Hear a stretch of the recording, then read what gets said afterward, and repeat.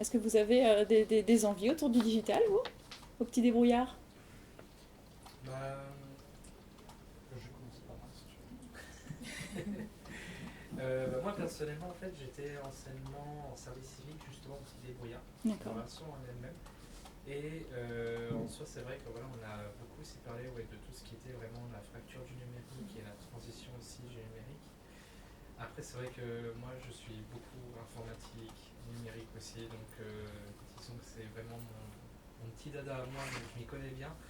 Mais après, voilà, si je peux aussi débattre avec des personnes sur ça, ou même ne serait-ce que transmettre des connaissances aussi aux autres personnes, je ne suis pas contre. Super. Merci à vous. Est-ce que vous avez un partage? Ouais. Moi, c'est la fracture justement dont on parlait, Mm. numérique, parce que je sais que par exemple mes parents ont vraiment ce souci-là et les aident souvent. Donc c'est vrai moi je remarque que ce besoin en fait d'être amené à utiliser le numérique. C'est juste Ok. ça. Merci à tous en tout cas. Donc pour vous préciser un peu qui je suis et pourquoi j'anime ce type d'atelier, donc je vous le disais tout à l'heure, moi je viens de la compétence en digital, j'ai accompagné pendant 12-13 ans les entreprises sur leurs enjeux du digital, d'abord au service de la relation client, parce que ce sont souvent les premiers investissements faciles entre guillemets à faire pour une entreprise, parce que a priori il y a un retour plus facile à mesurer, quoique quand on investit aussi pour les outils numériques dans l'organisation, il y a aussi des retours et des résultats très satisfaisants.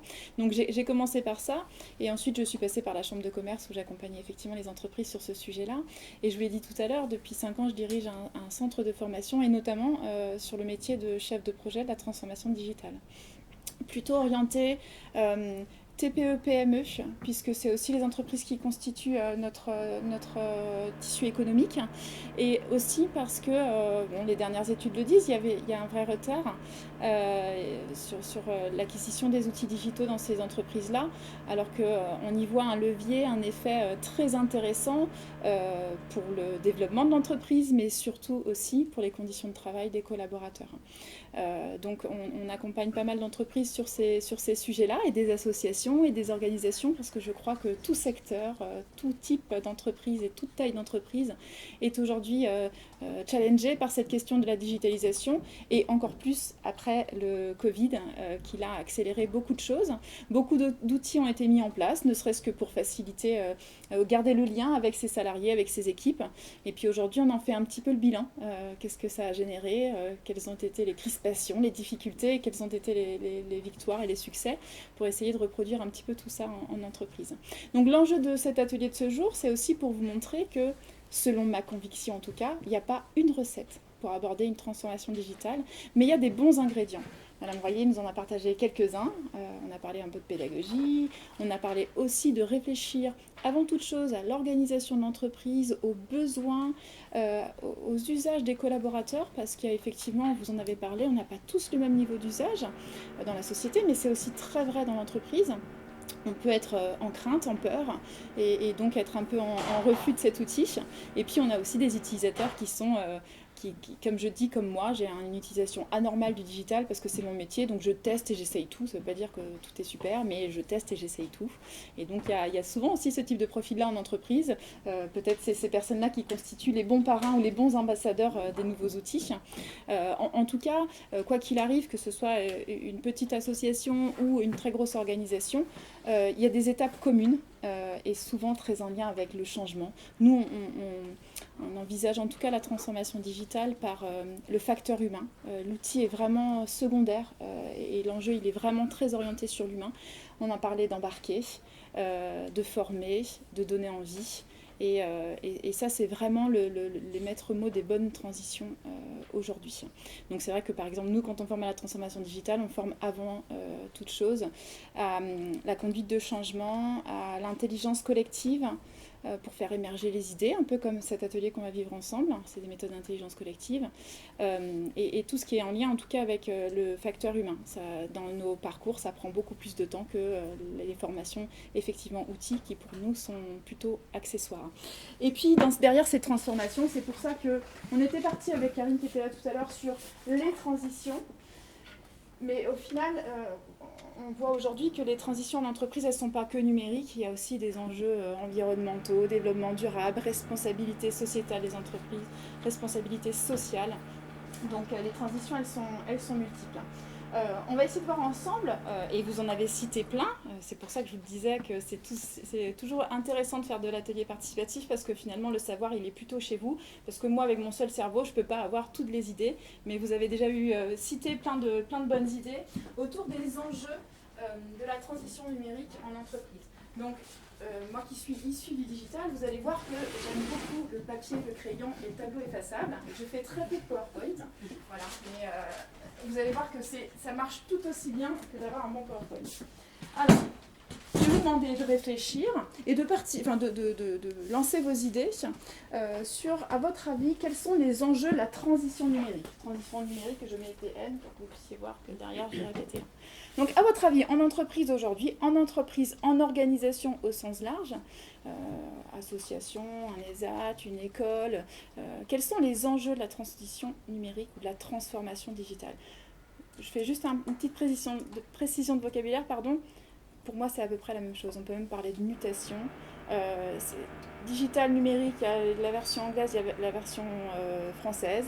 Et vous allez voir aussi que c'est un mot-concept un petit peu qui nous permet de parler, d'établir, d'analyser, de raconter des choses qui se passent autour de tout ça. Mais les entreprises ont rarement l'impression de vivre une transformation, une transition numérique. On aborde les choses, c'est d'ailleurs assez brutal. Moi, quand je vais chez des clients, je n'arrive jamais en disant je viens vous transformer, c'est très brutal. Ça veut dire déjà qu'il y a un constat que quelque chose ne fonctionne pas. Et c'est pas un passage d'un état A à un état B, c'est plutôt l'impulsion de quelque chose, une nouvelle culture, des nouvelles façons de travailler, et puis des nouveaux outils qui vont permettre d'accélérer les choses. Mais voilà, pour moi, c'est un mot expression qui permet de communiquer autour et de partager autour. Mais encore une fois, les entreprises ont rarement la conviction de le vivre. Alors, les enjeux de transition numérique. Spontanément comme ça, qu'est-ce qui vous vient? On en a cité quelques-uns déjà à travers vos passages. Oui? Pour une entreprise, la compétitivité. Compétitivité, ouais. Donc si vous pouvez préciser pour... je dirais même rester compétitif par rapport à ses concurrents. Ouais. Par rapport à la concurrence. Ouais. Puisque comme on le disait tout à l'heure, c'est un peu un fait de toute entreprise que d'accélérer la digitalisation. Vous m'excusez par ailleurs, mais je suis très mauvaise à écrire face à un tableau tout en écoutant ce que vous me dites, donc je vais faire des fautes. Comme ça, c'est dit, on est tous à l'aise, d'accord? Donc, il y avait une autre idée. C'est vous, monsieur? Ça revient à la flexibilité, tout court. La flexibilité. Alors, est-ce que vous pouvez en dire un peu plus sur cette... Qu'est-ce que vous entendez derrière flexibilité? La réorganisation des horaires de travail, là, dans le cadre des ESAT, par exemple, c'est peut-être en lien avec une problématique particulière, mais on retrouve la même problématique en entreprise avec le télétravail qui désorganise les horaires, et là, du coup, à un niveau d'organisation, seulement justement la flexibilité qu'apporte les outils numériques en théorie. Effectivement, de pouvoir y accéder quand on veut, où on veut, a priori où on veut en tout cas, et voire même depuis n'importe quel outil, que ce soit peut-être une tablette, comme ça peut être à l'ESAT, sur son mobile ou sur son ordinateur. Après, ça touche d'autres choses, Flavie, que vous citiez tout à l'heure. Mais... Oui, faire du reporting dans une démarche 5S aussi, par exemple, voilà, en différé toujours. Donc effectivement, oui, cette flexibilité-là, c'est pas négligeable en termes d'argument positif. Tout à fait, oui. Ok. D'autres idées, d'autres partages sur l'enjeu? Oui. Moi, sur la communication, je dirais, parce que quand on change de nom, si c'était le cas de la structure, il faut se faire connaître. On est connu sur notre ancien nom, donc voilà, on a vraiment besoin de communiquer. Je trouve que c'est hyper important de se faire référencer, voilà, avec des bons mots-clés. Donc forcément, ça passe par le numérique. Et puis dans un second temps, où c'est à la fois pour nos usagers, pour nos professionnels, je dirais amener la qualité de vie au travail, c'est-à-dire préserver le bien-être. Et je pense que ça c'est important qu'on ne l'oublie pas, justement pour respecter aussi le temps de travail, couper vie privée et vie professionnelle, ou en tous les cas trouver un juste équilibre.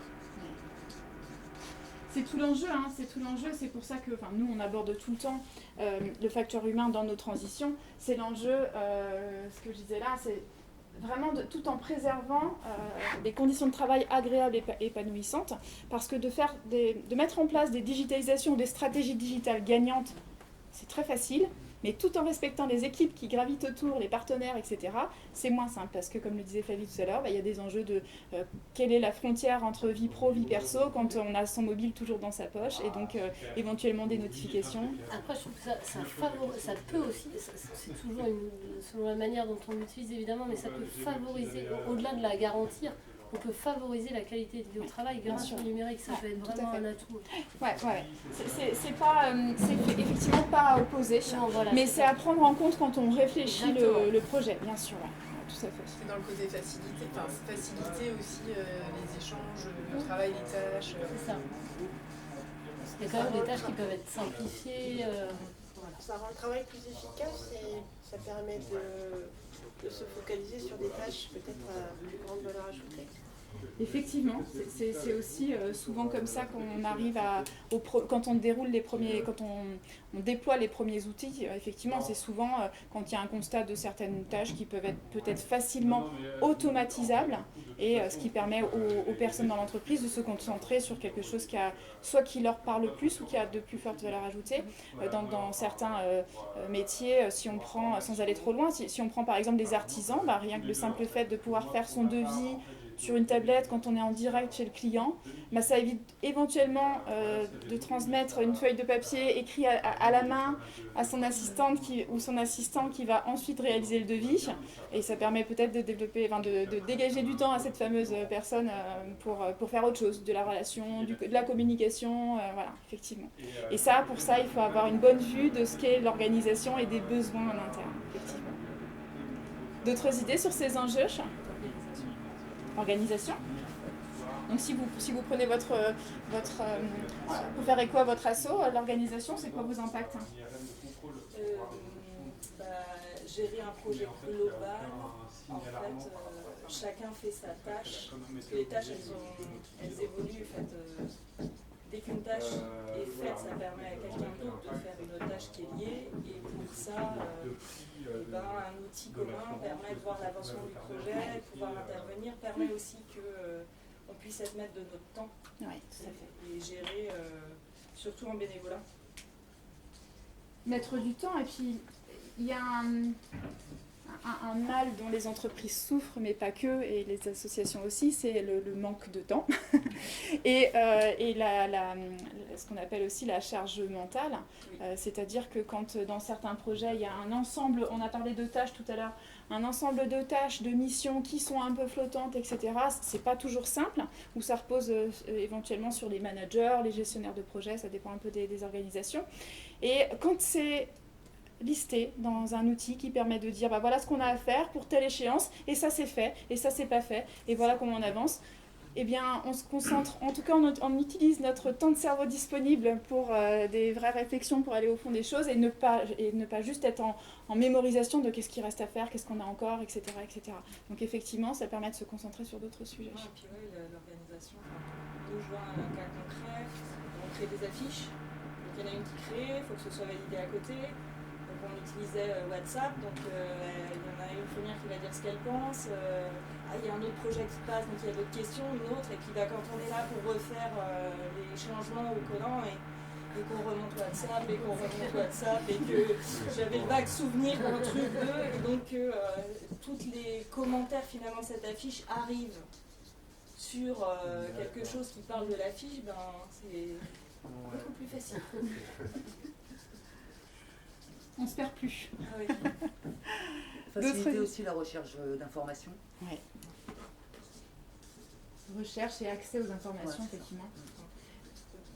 Remémorez-vous, peut-être c'est pas des bons moments, mais quand on s'est retrouvés en mars 2020, chacun à la maison, et qu'on n'a plus accès peut-être au dossier ou au serveur qui était en local, effectivement on est content quand il y a un outil qui nous permet de rassembler toutes les données de l'entreprise, ou en tout cas toutes celles qui sont accessibles à tous, et qu'on en soit à la maison ou au bureau, on puisse y accéder. Donc, effectivement, ça c'est important.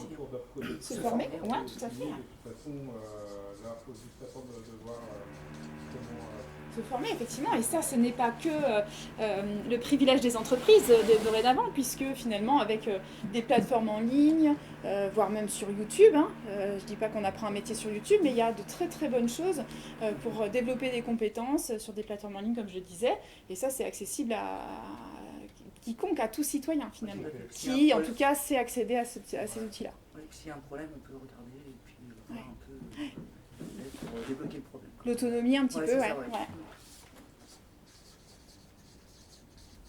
Ça pourra faire à ce moment-là. D'autres idées? Ouais. La sécurité, Juste avoir les données. Ouais, il y a un enjeu là-dessus aussi. Ouais.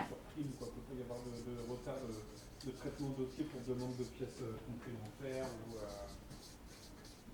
La sécurité des données, notamment. Effectivement. Il y a aussi peut-être, c'est pas simplement la communication, mais le fait de faire communauté dans une organisation. Oui, tout à fait. Donc,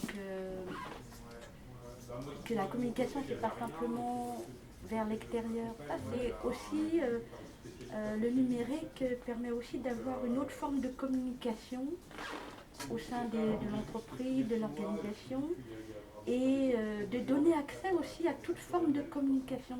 C'est un outil. Je crois que chacun d'entre nous a des façons de communiquer, et donc le fait de mettre le numérique aussi en accès fait que des personnes qui sont peut-être moins à l'aise dans d'autres formes de communication peuvent aussi participer de cette façon-là. Tout à fait. Donc c'est un outil, pour moi, fédérateur, un outil de participation aussi au niveau des organisations. Tout On à a fait. beaucoup parlé de fracture numérique, mais justement, parce qu'il y a la peur, en fait, mais en même temps, je crois que le travail que l'on peut faire, c'est justement dire que c'est pas une fracture, c'est justement une façon de faire communauté. Oui, tout à fait.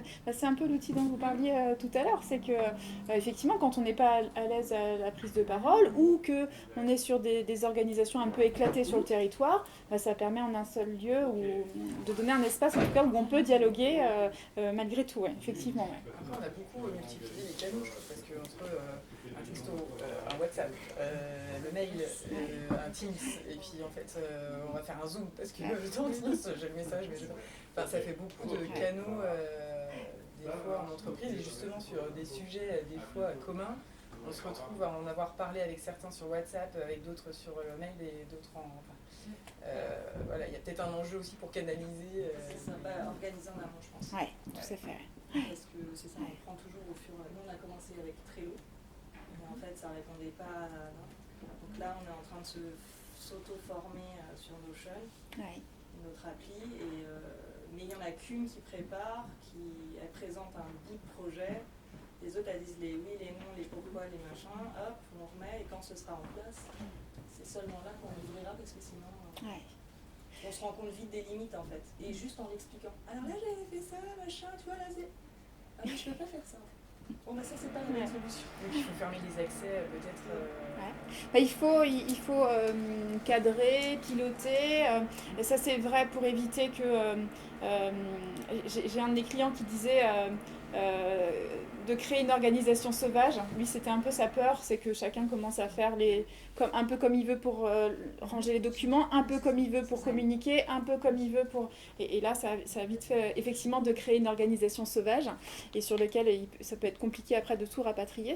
Il y a cet enjeu-là lié à l'outil, et puis il y a l'enjeu aussi, on parlait tout à l'heure de qualité de vie au travail, ce qui peut être bénéfique pour la qualité de vie au travail. Si c'est pas cadré, ça peut être aussi néfaste, parce que ça veut dire que si on cadre pas, vous avez peut-être déjà entendu parler du droit à la déconnexion, où certaines entreprises coupent aussi l'accès au serveur à une certaine heure, puisque sinon aussi on peut travailler à n'importe quelle heure. Donc dans certaines cultures d'entreprise, c'est tout à fait acceptable, et c'est une flexibilité qu'on attendrait même, que certains salariés attendent, de pouvoir travailler au moment où c'est le plus simple pour eux.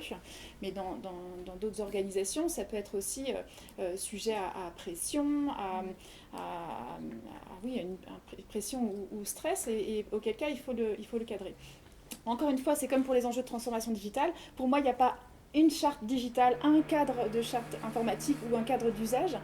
C'est quelque chose, c'est un document, nous, qu'on fait co-créer avec les équipes pour que chacun se dise, ok, ben moi, je bosser les soirées, les week-ends, que ce soit toujours accessible, c'est non. Même parfois, c'est juste un Teams ou un WhatsApp qui montre juste une petite activité du week-end, mais votre cerveau et parfois même votre cœur, il entend juste son petit bip. C'est le même bip que vous avez dans la semaine, et même si c'est pour une photo d'un barbecue parce qu'il fait beau dehors, néanmoins c'est associé à un bip d'un outil pro, et votre cerveau et votre cœur réagissent. Donc c'est la petite surprise, ah, qu'est-ce qui se passe? Donc effectivement, tout ça, ça demande à se poser, à se réfléchir, et c'est collectif. Parce qu'on n'a pas tous les mêmes envies, les mêmes façons de faire, et pas tous non plus les mêmes problématiques face à un client. Il y a des clients qu'on peut border de 9h à 17h, et puis il y a des clients qui sont des activités qui nécessitent un travail du soir, un travail du week-end. J'ai travaillé beaucoup dans le tourisme, par exemple, où les équipes travaillent du lundi au vendredi, mais les gens consomment les soirs et les week-ends. Ça fait un fort décalage. Notamment, on parlait de communication tout à l'heure, ça fait un décalage entre le moment où le client consomme et le moment où les équipes sont derrière leurs ordinateurs. Donc tout ça nécessite d'être un petit peu cadré, mais encore une fois, il n'y a pas une charte qui fonctionne, il y a la charte d'une organisation. Mais une fois que c'est posé, ça permet aussi de souffler, de se dire, ok, ce que je peux faire, ce que je peux pas faire, c'est simple. Et puis à tout nouvel arrivant dans l'équipe, les choses sont posées, et ça permet de border, de donner un peu le périmètre. D'autres idées sur les enjeux, transition numérique. On parlait tout à l'heure de compétitivité, concurrence. On a parlé un petit peu tout à l'heure du Covid et de ce que ça a un peu bousculé. Une entreprise aujourd'hui qui n'a pas abordé sa digitalisation, c'est quoi les risques à votre avis? Je sais pas, suivre le mouvement, c'est-à-dire qu'elle n'y arrive pas, quoi. Donc il faut que je sois un peu obligé. Obligation, c'est un mouvement. Je vais reprendre votre expression du mouvement, un mouvement à suivre. Quel impact? Comment? Elle risque d'être hors concurrence avec l'existence en fait, du consommateur. Ouais. Mais c'est vrai pour le consommateur, mais c'est vrai pour qui d'autre? Les salariés. Effectivement. Il y a un manque d'attractivité certain. Enfin, surtout à l'heure d'aujourd'hui où trouver des salariés, c'est presque une denrée rare. Donc je pense que là, il y a un enjeu important de ce côté. Effectivement. C'est un enjeu qu'on voit aussi par exemple dans l'agroalimentaire. On est sur un territoire où il y a beaucoup d'industries agroalimentaires. Aujourd'hui, c'est très complexe de recruter sur ces postes-là. C'est peut-être accessoire, mais quand on est en capacité de se dire, bah oui, sur nos outils, même sur nos lignes de production, on a des tablettes, on a de la maintenance prédictive, on a des outils, ça permet aussi d'être beaucoup plus attractif au recrutement. Mais voire même une case avant, c'est que même les formations dans l'agro ou les formations dans le bâtiment, quand elles peuvent intégrer du numérique dans l'espace de formation, c'est aussi plus attractif pour faire venir des jeunes ou des reconversions vers ces métiers-là. Donc effectivement, il y a un enjeu d'attractivité dans un monde où le recrutement est de plus en plus complexe. Mais on n'arrive pas à trop. Trop de digital? D'écran. Enfin moi, par exemple, là j'ai fait 15 jours de formation, tuto, machin et tout ça. Une journée d'écran, ça... Bah, je vais le noter. Pour moi, l'enjeu, c'est le bon dosage. Le bon dosage. Mais si on met de l'écran, il y a des choses quand même qui peuvent être faites. Ils peuvent prendre un tuto pour comprendre comment la machine elle fonctionne, mais il y a un moment. Ça ne remplacera pas le moniteur d'atelier ou le collègue. Et ça, c'est sûr. C'est ça. Mais on a tendance à notre vie, là, elle est en train de changer, où on nous enlève tout. Et on nous met même. Quand vous appelez sur. Je sais pas, vous êtes pareil, hein, mais combien de fois on s'énerve sur des téléphones de messagerie parce que ce n'est qu'un robot et que notre question ne rentre dans aucune des cases et qu'il n'y a pas de questions diverses, ou alors questions diverses, ce n'est pas l'heure. Merci. Mais d'où l'enjeu de réflexion facteur humain. Facteur humain, c'est aussi beaucoup les collaborateurs et les collaboratrices, mais pas que. C'est aussi le client, l'usager. C'est qu'on ne peut pas non plus être toujours, vous le précisiez à l'instant, être sur des services complètement digitalisés ou dématérialisés. Il y a un moment où ça ne marche plus. Je vais juste trouver moi, je vois le collège où ils veulent mettre les tablettes constamment pour les enfants. Et je suis pas sûre que ce soit ici, parce que ça veut dire qu'ils sont dès plus jeunes, constamment sur des écrans, pour que la tablette elle fonctionne, il faut du réseau, il faut du wifi. ça a beaucoup d'impact finalement sur la croissance et le développement des enfants. Ouais. Et là, alors qu'il y a des solutions qu'on ne veut même pas penser, parce que l'argument qui nous sort à chaque fois, c'est que vous comprenez, son cartable il va être beaucoup plus léger. Et là, on a envie de leur dire, mais vous comprenez, si vous mettez un jeu de livre dans la salle et un jeu de livre à la maison, le cartable sera d'autant plus léger. Mais tout est une question effectivement de ce bon dosage. Comme je vous le disais, des applications, il y en a pléthore, même pour envoyer des cartes postales, et en entreprise ça marche bien. Enfin, il y a des outils digitaux pour les entreprises, il y en a aussi énormément. Mais le tout est le bon dosage parce qu'il y a l'enjeu, et c'est quelque part, on l'a ressenti. Donc moi qui suis issue d'une entreprise à culture 100% digitale, on vient tous de cette compétence-là. On a énormément souffert du Covid. Alors pas à cause des outils, parce que pour le coup nous on est surutilisateurs, ça nous a pas fait grand chose de passer du jour au lendemain à distance, d'autant que nous avons aussi des salariés qui sont déjà en total à distance. Ce qui nous a fait du tort, c'est le lien, parce que, alors comme je vous disais, nous on est très post-it, tableau, réunion, tout le monde partage son idée, et là même si on a essayé de maintenir ça à distance, c'est pas la même chose. Le temps informel, les échanges entre deux réunions, tout ça ne se fait pas. Et donc il faut effectivement ce bon dosage. L'outil a effectivement de nombreux bénéfices, apporte de nombreuses choses en entreprise, mais il ne peut pas tout faire. Ça, c'est un vrai enjeu. Ouais. Si une entreprise, la vôtre, une entreprise dans laquelle vous allez aller, ou un ESAT, se lançait dans la transition numérique, dans sa transformation digitale, à votre avis, quels sont les éléments à prendre en considération au regard de ce qu'on a tout listé? J'ai pas de sketch, donc je ne sais pas... Ah si, il est là le sketch. Au regard de ce qu'on a tout listé, on a parlé flexibilité, on a parlé QVT, on a parlé charte informatique, organisation... Voilà. Donc à votre avis, parce que c'est quand même des enjeux tout à fait intéressants, on l'a même dit, qu'une entreprise qui ne se lancerait pas aujourd'hui dans la digitalisation, il y a presque, dans certains cas, une question de pérennité. Quel est son avenir sur ce marché? Parce que même finalement, quand on produit ces savons bio au fin fond de la ferme, la visibilité, le digital peut être quand même un accélérateur et voire nécessaire pour pérenniser les activités. Donc au regard de tout ce qu'on s'est dit sur les enjeux qui étaient de la transition numérique, à votre avis, quelles sont les questions à se poser, les éléments à prendre en considération avant de se lancer? Alors on en a un peu parlé avec les abus Navidaire. Et vous en avez parlé là, parce qu'il y a des sujets sous-jacents à vos idées là. Par rapport à l'organisation, déjà, l'entreprise elle-même. Ouais. De savoir ce qu'on a besoin déjà, de faire le point sur ce qu'on a besoin. Pour, les besoins en entreprise. Je vais faire au sens large en organisation, ça englobe plusieurs choses. Les besoins, ce qu'on a, donc être en capacité de se rendre compte aussi des outils, parce que parfois il y a des outils qui sont utilisés dont on n'a aucune connaissance. Qui n'a jamais mis en place un petit groupe WhatsApp entre collègues ou un Google Drive entre collègues sans que ce soit dans les outils dits officiels. Donc il y a aussi tout un ensemble d'outils que souvent l'entreprise elle-même n'est pas en capacité de cartographier et de savoir donc où sont ces données. Donc savoir ce qu'on a, cartographier, et réussir à en dégager les besoins.